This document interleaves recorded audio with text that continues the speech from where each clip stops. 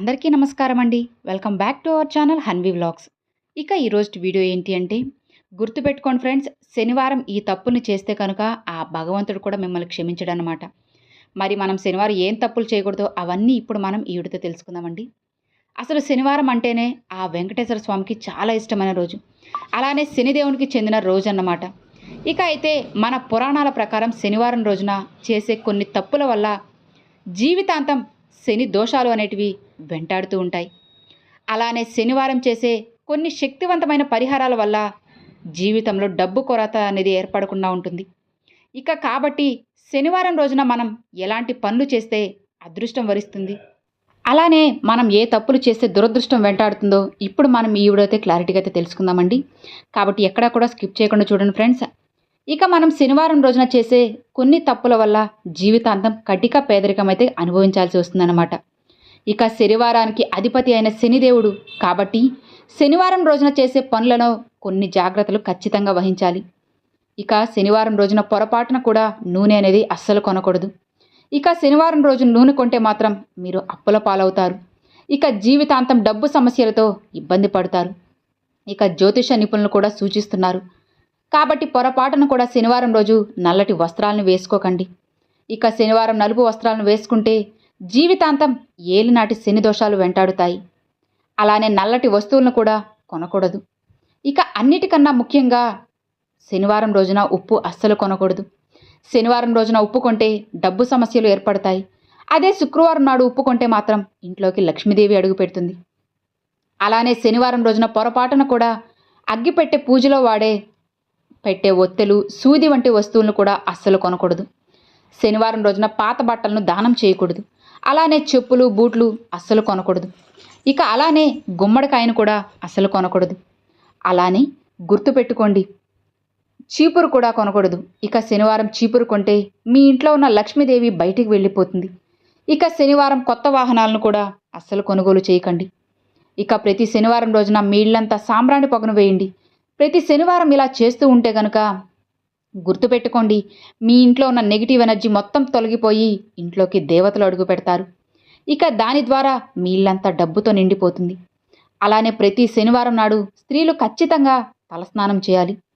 ఇక ప్రతి శనివారం ఆడవారు తలస్నానం చేస్తే మాత్రం దీర్ఘ సుమంగళి ప్రాప్తి వరిస్తుంది. అలానే మీ భర్త ఆదాయం అనేది ఎక్కువగా పెరుగుతుంది. అలానే శనివారం రోజున పురుషులు తలస్నానం చేస్తే ఆకస్మిక ధనలాభాలు చేకూరుతాయి. శనివారం రోజున మాత్రమే పూజ గదిని శుభ్రం చేయడం, అలానే దేవుని చిత్రపటాలను శుభ్రం చేసుకోవాలి. మిగతా ఏ రోజులోనూ కూడా పూజ గదిని శుభ్రం చేయకూడదు. ఇక గుర్తుపెట్టుకోండి, శనివారం మీరు దీపారాధన చేసేవాళ్ళు ఖచ్చితంగా పిండి దీపాన్ని వెలిగించాలి. అది వెంకటేశ్వర స్వామికి ఎంతో ప్రీతికరమైనది. ఇక ప్రతిరోజు దీపారాధన చేయలేని వాళ్ళు శనివారం ఒక్కరోజున వెంకటేశ్వర స్వామిని పూజించి పూజలో బెల్లం ముక్కను నైవేద్యంగా సమర్పిస్తే చాలు, కోరిన కోరికలన్నీ కూడా వెంటనే నెరవేరుతాయి. ఇక శనివారం ఇంట్లో పూజలు చేసేవారు వెంకటేశ్వర స్వామికి పచ్చకర్పూరంతో హారతి ఇస్తే ఆ వెంకన్న పూర్తి ఆశీర్వాదం సులభంగా లభిస్తుంది. ఇక చాలామందిని కూడా దురదృష్టం వెంటాడుతుంది. ఇక ఏ పని చేసినా అస్సలు కలిసిరాదు. అలాంటి వారు ఏదైనా సరే ఒక శనివారం రోజున ఆవుకి ఆహారాన్ని తినిపించండి. ఇక మీకున్న దురదృష్టం మొత్తం అదృష్టంగా మారిపోతుంది. ముఖ్యంగా వివాహమైన ఆడవాళ్ళు శనివారం రోజున పొరపాటున కూడా గాజులు, కమ్మల్ని అస్సలు తీయకూడదు. తమలపాకులు ధనలక్ష్మిని ఆకర్షిస్తాయి. కాబట్టి ప్రతి శనివారం రోజున మీ ఇంటి గుమ్మానికి తమలపాకులను కట్టుకుంటే మీ ఇంట్లోకి ధనలక్ష్మీదేవి అడుగు పెడుతుంది. ఇక మీ ఇల్లంతా కనక వర్షంతో నిండిపోతుంది.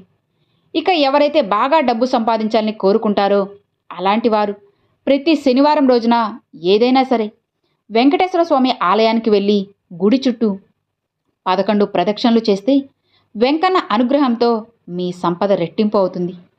ఇక ప్రతి శనివారం ఉపవాసం ఉంటే చాలా మంచిది. ఇక శనివారం రోజున మిరపకాయలు, మామిడికాయలు పచ్చడిని అస్సలు తినకండి, జాగ్రత్త. ఇక శనివారం కందిపప్పు వినియోగానికి దూరంగా ఉండాలి. అలానే శనివారం రోజున నువ్వులు, మినపప్పుని కొనకూడదు. ఇక శనివారం నాడు కొత్త బట్టలు కూడా మీరు పొరపాటును కూడా అస్సలు కొనుగోలు చేయకూడదు. ఇక శనివారం నాడు కొత్త బట్టలు కొనకూడదు కదా. కొత్త బట్టలు కొనుగోలు చేసినా, షాపింగ్ చేసినా మీ జీవితంలో కష్టాలు వస్తాయి. ఇక అలానే శనివారం రోజున పొరపాటున కూడా పురుషులు తమ అత్తమామల ఇంటికి వెళ్ళకూడదు. ఇక ప్రతి శనివారం ఉదయం స్నానం చేసిన తర్వాత ఓం శనిశ్చరాయ నమః అన్న మంత్రాన్ని 21 సార్లు జపించాలి. గుర్తుపెట్టుకోండి, ఓం శనిశ్చరాయ నమః అన్న మంత్రాన్ని 21 సార్లు జపిస్తే ఏలినాటి శని దోషాలన్నీ తొలగిపోతాయి. ఇక ప్రతి శనివారం జమ్మి చెట్టును పూజిస్తే డబ్బు పరంగా బాగా కలిసొస్తుంది. ఇక జీవితంలో త్వరగా సెటిల్ అవుతారు. ఇక శనివారం జమ్మి చెట్టును పూజించడం వల్ల మీ కుటుంబానికి సిరి సంపదలు చేకూరుతాయి. ఇక శనివారం నీలం రంగు వస్త్రాలను ధరిస్తే సకల శుభాలు చేకూరుతాయి.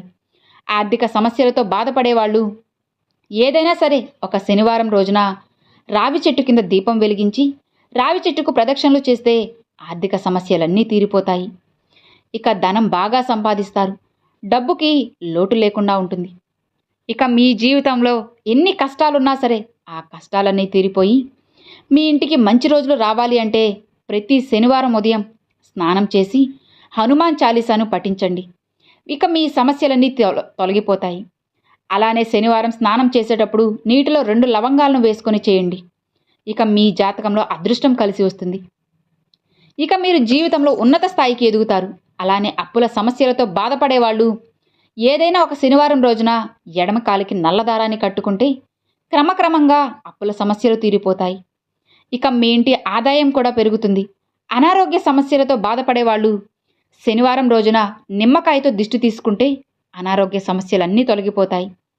అలానే పూజించిన నిమ్మకాయలను ఇంటి గుమ్మానికి కట్టుకుంటే కనుక ఇక మీ కుటుంబం అంతా సుఖ సంతోషాలతో ఆనందంగా జీవిస్తారు. అలానే ప్రతి శనివారం రోజున కాకికి ఆహారాన్ని తినిపిస్తే మీ పూర్వీకులు ఆశీర్వాదం మీ కుటుంబం పైన ఎప్పుడూ కూడా ఉంటుంది. కాబట్టి ఇప్పుడు నేను చెప్పిన విధంగా మీరు శనివారం రోజున ఈ తప్పుల్ని మాత్రం అస్సలు చేయకండి. అర్థమైంది కదండి? సో చూశారు కదండి, ఈరోజు ఈ సందేశం, ఈరోజు ఈ వీడియో మీ అందరికీ కూడా ఎంతో బాగా నచ్చింది అని అనుకుంటున్నాను. నచ్చితే ఒక చిన్న లైక్ చేయండి, మీ ఫ్రెండ్స్ అండ్ ఫ్యామిలీస్కి షేర్ చేయండి. ఫస్ట్గా మన ఛానల్ చూసేవాళ్ళు సబ్స్క్రైబ్ చేసి సపోర్ట్ చేయండి friends. Thanks for watching. Govinda Govinda జై వారాహి.